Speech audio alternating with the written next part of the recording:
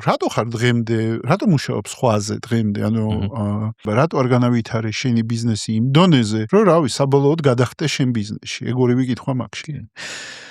ხო, 2015 წლიდან ვარ მე Silk Road-ში და საწყის ეტაპზე თავიდანაც ადრეც, როცა მარკეტინგს ვაკეთებდი, პარალელურად სადღაც მუშაობდი. ძირითადად თავის დროზე ეს ახსნა იყო და დღემდე ნაწილობრივ ეგრეა, რომ მე არ მინდოდა რომ დავწვალოდი ისეთ ბიზნესს, რომელიც საქართველოში ხო ვიღაცას თუ გონია რომ აი რაღაცა მედია პლატფორმას გააკეთებ და ამით აშენდები, ეგრე არ არის. ანუ არ არის მდგრადობა? არ არის, აი ესეთი მასშტაბურად შეიძლება რა თქმა უნდა ხელფასები გადაიხადო, მაგრამ განვითარებისთვის ჯობია რომ შენ არ დააწვე. ნუ თან შენ იაფიანი კადრიც არის. ხო, არა, მაგის გარდაც, იმიტომ რომ როდესაც შენ არ აწვევი, უფრო მეტი ექსპერიმენტის უფლება გაქვს და მაგის მგონია რომ ჩვენ მაგალითები ვართ, რომ მე თუ არ ვაწვევი, მე თუ იქ არ ვარ, პლუს რაღაცა თვალსაჭირს ვიფართოვებ სხვაგან ყოფნით, იმასაც ადგება და ამასაც. კაცმანის პოდკასტს წარმოგიდგენთ GVG წანისი.